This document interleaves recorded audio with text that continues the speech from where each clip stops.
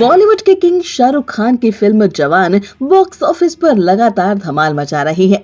SRK की इस film में जहां कमाई के मामले में सभी को पीछे छोड़ दिया है, तो वहीं कई रिकॉर्ड्स भी अपने नाम किए हैं। फिल्म की सक्सेस के बाद से ही जहां शाहरुख खान एक बार फिर लाइमलाइट में आ गए हैं, तो वहीं फिल्म की पूरी स्टार कास्ट भी सुर्खियों में बनी है।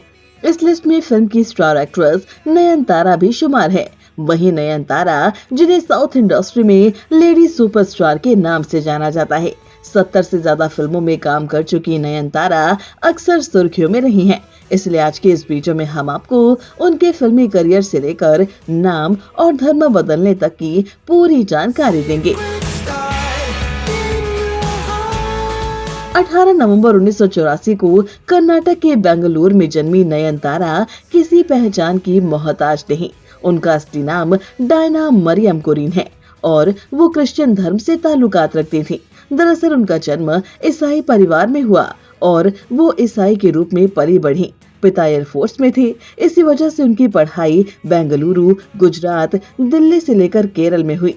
देश के अलग अलग शहरों में रहने से डायना को एक फायदा जरूर हुआ। उनकी संस्कृति, भाषा पर पकड़ मजबूत होती चली गई, जिसके बाद पूरा परिवार केरल के तिरुवल्ला में शिफ्ट हो गया। आपको ये जानकर हैरानी होगी कि नयनतारा कभी एक्ट्रेस बनना ही नहीं चाहती थी। वो तो चार्टर्ड अकाउंटेंट के रूप में अपना करियर बनाना चाहती थी। बताया जाता है कि उन्होंने केरल के मारथोमा कॉलेज में एडमिशन लिया और इंग्लिश लिटरेचर पढ़ने लगी। इसी दौरान उनका वास्ता मॉडलिंग से पड़ा। शौकिया तौर पर उन्होंने लोकल मैगजीन्स और ब्रांड्स के लिए फोटो शूट करना शुरू कर दिया। इन सब के दौरान उन्होंने अपनी पढ़ाई को पीछे नहीं होने दिया। इंग्लिश लिटरेचर के साथ उन्होंने सीए की पढ़ाई भी शुरू कर दी। खैर, डायना की लाइफ आगे बढ़ रही थी। इस बीच सत्यन अंतिगत नाम के डायरेक्टर अपनी नई फिल्म प्लान कर रहे थे, जिसके लिए उन्हें एक नए चेहरे की तलाश थी। एक बार की बात है जब सत्यन वनिता नाम की एक पॉपुलर महिलाओं की मैगजीन के पन्ने पलट रहे थे, तभी उनकी नजर एक एड पर अटक गई, जिसमें सोने से लदी एक लड़की दिखाई दे रही थी और ये लड़की कोई और नहीं बल्कि डायना थी। फिर क्या था, तुरंत मैगजीन वालों को फोन घुमाया गया। सत्यन की टीम ने डायना को ढूंढ निकाला और इस तरह से डायना को अपनी पहली मलयालम फिल्म मंथन करे मिली। उस वक्त तक डायना मानती थी कि वो अच्छी एक्ट्रेस नहीं है, बस एक फिल्म करके फिल्म इंडस्ट्री को टाटा बाय बाय कर देंगी। लेकिन वो गलत थी, बल्कि उनका इंटरेस्ट फिल्मी दुनिया की तरफ बढ़ता चला गया। बताया जाता है कि एक बार शूटिंग के दौरान सत्यन अपने घर जा रहे थे। रास्ते में उनकी नजर एक एडल्ट फिल्म के पोस्टर पर पड़ी। उसका नाम था डायना।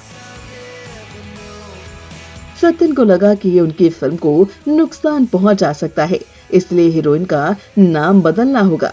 फिर क्या था, पर्ची पर 3 नाम लिखे गए। उनमें से एक नाम फाइनल हो गया, जो था नयनतारा, जिसका मतलब होता है तारों जैसी आंखों वाली। और इस तरह से डायना को नया नाम मिला। इन सब के बीच नयनतारा की पहली फिल्म की शूटिंग अभी खत्म भी नहीं हुई थी कि उनकी तस्वीर डायरेक्टर प्रोड्यूसर फाजिल के पास पहुंच गई और उन्होंने नयनतारा को कास्ट कर लिया। फाजिल ने नयनतारा के साथ एक फिल्म बनाई जो कि हिट साबित हुई। नयनतारा सिर्फ एक फिल्म करने इस इंडस्ट्री में आई थी, लेकिन यह उनकी दोनों फिल्में बॉक्स ऑफिस पर सुपर हिट हो गई। इन दोनों के बाद आई नाटुरा जावोस, जिसने मलयालम सिनेमा में उनके हिट्स की हैट्रिक पूरी कर दी। जिसके बाद नयनतारा को तमिल फिल्म इंडस्ट्री से ऑफर आने लगे। तमिल सिनेमा में उनकी पहली फिल्म बनी अय्या। ये फिल्म उनके लिए रजनीकांत की फिल्म तक जाने वाली सीढ़ी बनी थी, क्योंकि उसी साल उन्हें चंद्रमुखी ऑफर कर दी गई। नयनतारा के करियर में चंद्रमुखी एक ऐसी फिल्म थी जिसने उनके करियर में 4 चांद लगा दिए। रजनीकांत की स्टार पावर के चलते चंद्रमुखी 800 दिनों तक सिनेमा घरों में चली। मलयालम और तमिल सिनेमा में अपने पांव जमाने के बाद नयनतारा ने रुख किया तेलुगु इंडस्ट्री का, जहां उन्होंने अधूर्स, सिम्हा और दुबई सीनू जैसी जबरदस्त फिल्में की। सभी ने बॉक्स ऑफिस पर जमकर उत्पात मचाया। अब तक 3 इंडस्ट्रियों को नापने के बाद साल 2010 में नयनतारा ने कन्नड़ फिल्म इंडस्ट्री में डेब्यू किया। उनकी पहली कन्नड़ फिल्म थी सुपर, लीड में उनके सामने थे सुपरस्टार उपेंद्र। वैसे इस बीच जहां नयनतारा अपने फिल्मी करियर को लेकर सुर्खियां बटोर रही थी, तो उससे कहीं ज्यादा वो अपनी निजी जिंदगी को लेकर नाराजगी झेल रही थी। नयनतारा और प्रभुदेवा के कथित रोमांस का किस्सा उस समय हर किसी की जुबान पर था। बताया जाता है कि दोनों साल 2009 में पहली बार मिले थे। कुछ ही समय में मीडिया में उनके प्यार की खबरें चलने लगी। उस दौरान प्रभुदेवा शादीशुदा थे। कहा तो ये भी जाता है कि नयनतारा ने प्रभुदेवा के प्यार में पड़कर हिंदू धर्म अपनाया था, लेकिन बावजूद इसके दोनों साथ नहीं हो पाए। इस बीच नयनतारा ने श्री राम राज्यम नाम की फिल्म की, जो कि हिट साबित हुई थी, मगर प्रभुदेवा के साथ ब्रेकअप का नयनतारा पर बुरा असर पड़ा। उन्होंने फिल्मों से ब्रेक ले लिया, लेकिन कुछ वक्त बाद ही नयनतारा नए तेवर और कलेवर के साथ वापस लौटी। तब शंकर के असिस्टेंट एटली अपनी पहली फिल्म बना रहे थे, जिसका नाम था राजा रानी। नयनतारा को ये फिल्म ऑफर हुई और वो मान गई और यहाँ से उन्होंने अपनी अलग जगह बनाना शुरू किया। वो नहीं चाहती थी कि उनकी फिल्में सिर्फ मेल स्टार के नाम से जानी जाएं। साल 2015 में आई माया में वो एक मां बनी। आराम में वो एक डिस्ट्रिक्ट कलेक्टर थी, जिनकी टक्कर बाहुबली नेताओं से थी। बेसिकली ये ऐसे किरदार थे जिसके सोसाइटी में और अपनी दुनिया में अलग जगह थी। हवा का रुख बदला। अब फिल्में नयनतारा के नाम पर बिकने लगी और नयनतारा को लेडी सुपरस्टार की उपाधि से नवाजा गया।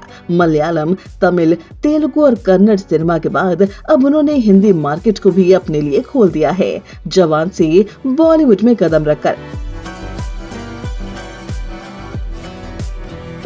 वैसे आपको जानकर हैरानी होगी कि साल 2013 में रोहित शेट्टी की फिल्म चेन्नई एक्सप्रेस के मेकर्स नयनतारा को एक गाने के लिए कास्ट करना चाहते थे और वो गाना था 1 2 3 4, लेकिन नयनतारा ने ये रोल करने से मना कर दिया। उस समय नयनतारा भले ही शाहरुख के साथ स्क्रीन शेयर नहीं कर पाए हो, लेकिन फिल्म जवान ने उनकी वो ख्वाहिश भी पूरी कर दी। इस फिल्म में नयनतारा लीड रोल में है, सिर्फ गाने या सपोर्टिंग रोल में नहीं। उनके किरदार का कद शाहरुख के बराबर है, जो कि ये दिखाता है कि नयनतारा किसी से कम नहीं है। तो नयनतारा की लाइफ स्टोरी पर आपका क्या कुछ कहना है, हमें कमेंट करके जरूर बताइए और हमारे चैनल को सब्सक्राइब करना बिल्कुल ना भूलिए।